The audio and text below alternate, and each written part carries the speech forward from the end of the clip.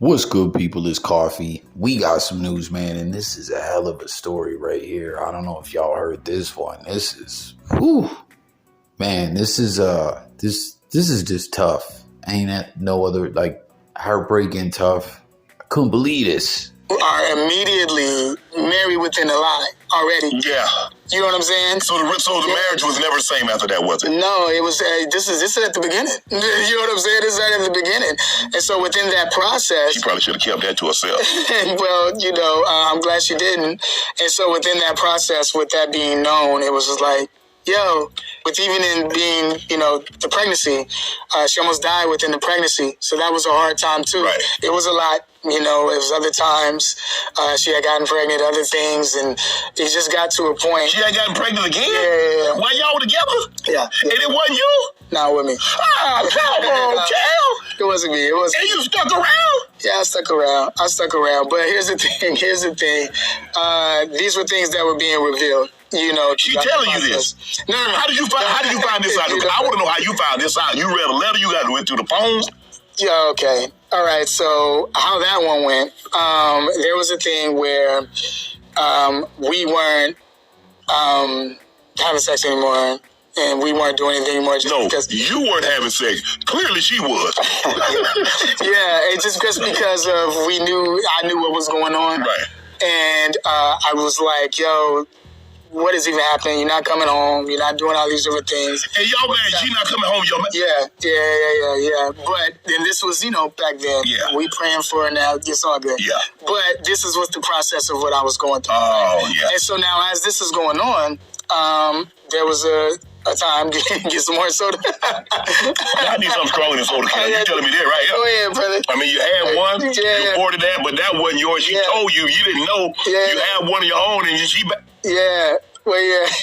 There was a situation where there was a guy, and I had a feeling, you know what I mean, that she was. Did you know it? Talking to somebody. It was one of her friends that used to come over, right? And, I was working a lot, you know what I mean? So it was one of those situations. And so I was dropping off the kids, and, didn't go to work, and you know how I go. And so one day I decided, where I was like, hey, I'm going to take the car and just kind of like go searching where she might be, because she don't come home. And so I got in the whip, went driving around, saw her whip. Like, definitely, and I saw it, and I said at the hotel, I was like, yo, okay, this is a car at the hotel. I go to the lobby, you know what I mean, to go walk into the lobby. Turns out dude just come walking down the lobby about to go to the car, my car, and then she was driving, you know what I mean? And I'm like, oh, okay, what's up? Take me upstairs. Let's go to the elevator, let's go together. You know what I mean? And he's like, oh, okay, cool. You know what I mean? We go up, we don't need to fight, let's go. Yeah. Because I already know what it is. Right. So we go up. Of course, she's surprised. Oh, within the room. And, we walk in. I walk in there, and I'm just like, hey, okay, so this is what's going on. Okay, cool. You know what I mean? All right, and this is what you're doing? Okay, so, and I walk out, because I'm like, I'm not about to fight over someone that... She already made a decision. Yeah, you made your decision. You already we'd been through it. Did she, come out and let me explain? Yeah. What did that explain? Offer without explanation. Explain. I'll go to the car. After I went to the car, then there was this, I was like, yo, I need to go back. And I went back because now I was like, well, I felt disrespected, so now I need to go do something. So then I'm going back up there. Cops came. Everybody came up at that point. And I remember this cop told me, he said, hey, yo, I seen this type of woman, this situation. You need to get out of this situation. You know what I mean?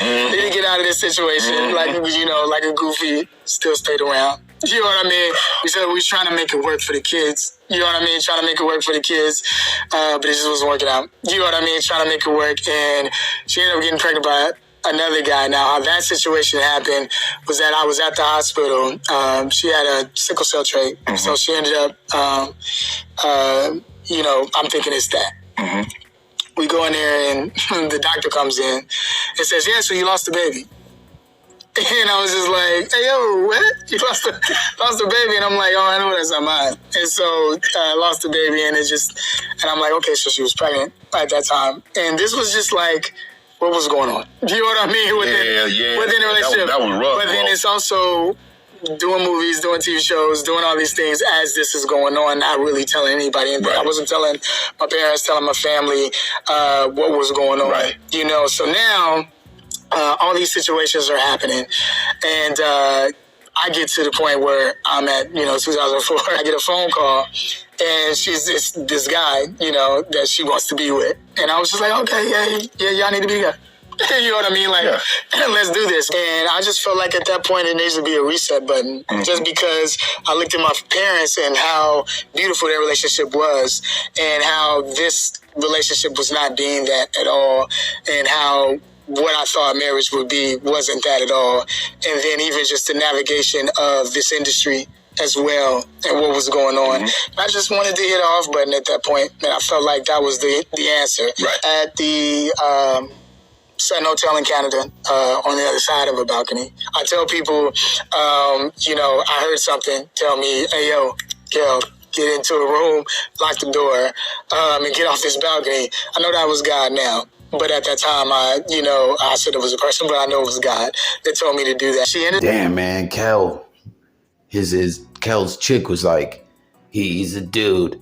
She's looking for dudes. Like, you know what I mean? Remember that from Good Burger? That was probably a corny joke, but for real, man, she was out here just getting knocked down left and right, and this man was trying to make an honest woman out of her, and she just, that's tough, man. Like, comment if you've been there before. You know what I mean? You heard him. He flat out said, man, like a goofy. Tried to stick around and make it work after multiple situations, man, and she just couldn't stop. You know what I mean? Like, comment, y'all. Is she a succubus? Like, seriously, man.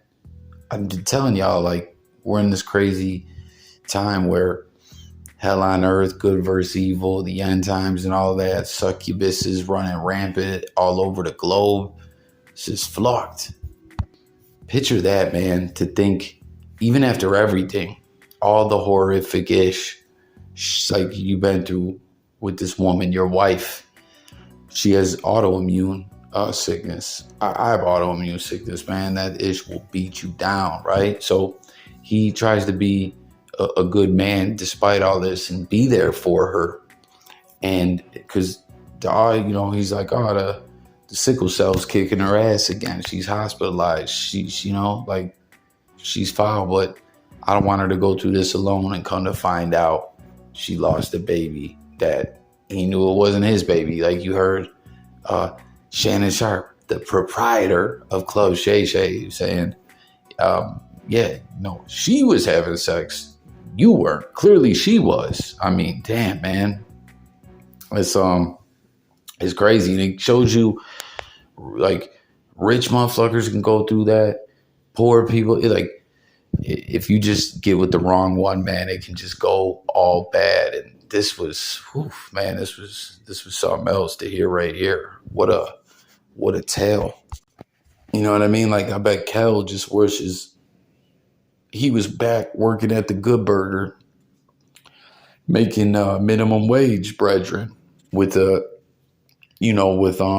right woman, a real woman that really loved him and wanted to be there for him, rather than having all this fame and to go through that with Skeezy McGreasy, man. Absolutely bonkers. Tap in and comment and let me know what y'all feel about that. And I never saw Good Burger 2, that drop, right? Comment if you've seen it. And then talking about someone that, like, we're talking about Wack100 right now. Wack in a similar situation. If you really think about it, he's kind of like Uccubu. His wife, Ben, cut him off, and he's out here running around with clubhouse thotties and stuff like that and getting exposed, laying on his belly, kicking his feet in the air like a goofy. You know what I'm saying? While he's still giving his probation officer wife all the money and trying to kick off her career in the entertainment industry while she don't even want no parts of him. A little different than what Kel got going on, but hey, he's still Uccubu any way you want to cut it. But look at this, what this man put up about snake, like giving a handshake with a snake. Check out what he said. He said, keep your secrets to yourself because your best friend has another best friend who is not your friend. And it's like, Wack, out of everyone, you're the one to post this. This is you. You're the one running around trying to manipulate and use other people's secrets and backstab people and like just all that. Like that's Wack100. That snake biting the hand, that's what Wack100's feminine little hands look like some female snakes. You know, the snake, the rat, the cat, the dog. That's Wack for you, man. Just trying to play everyone against each other. And this man posts this like he's kicking some game. It's like, yo, you're just exposing yourself, man. You're all bad. You're a fraud. And that's just what it is. Man, then we got Rich Homie getting subpoenaed in the Thugger trial. And you see people are saying, well, it doesn't necessarily mean he cooperated or listen. We heard that testimony that got leaked out. Well, not testimony, but that interview where he was telling, like, Rich Homie ain't about that life. That's what he was doing then. I'm sure he gonna be doing all kinds of telling now. At the trial, I bet you. I wouldn't be surprised if he's the secret weapon to try to tie a bunch of ish together, man. It wouldn't surprise me one bit. Let me know what you think. Would that surprise you at all? Like, Rich Homie, they might as well call him Ratch Homie. You smell me? I could be wrong, but I would bet that I'm right. I would put $100 down, bet on this ish. He was telling our motherfuckers then, and he's going to be telling our motherfuckers now. And comment if you've been still following this long-ass record-setting trial in Georgia, man. You think Thugger's going to win or what? Tap in, comment below. And then, man, D12. How about these, what are they, the Dirty Jakes, custom J's? Them are pretty sharp, man. And you know, you guys remember from These Chicks Don't Even Know the Name of My Man. At the end, look out for my next single. It's called My Salsa. They really made some D12 salsa. That's wild, man. Good for them. They're out here grinding, trying to get to a bag, touring with Obi Trice, selling merch. Keep that D12 name alive. I want to fuck with the salsa. I wonder if it's just like they just slapped a sticker on some other salsa. There's some like real deal salsa here. Who knows? But good for them, man. I wonder what kind of ends they're going to make off this. But that's it for the news. Hit the comments. Let's talk. Sub up. I'll catch you on the next one. Peace.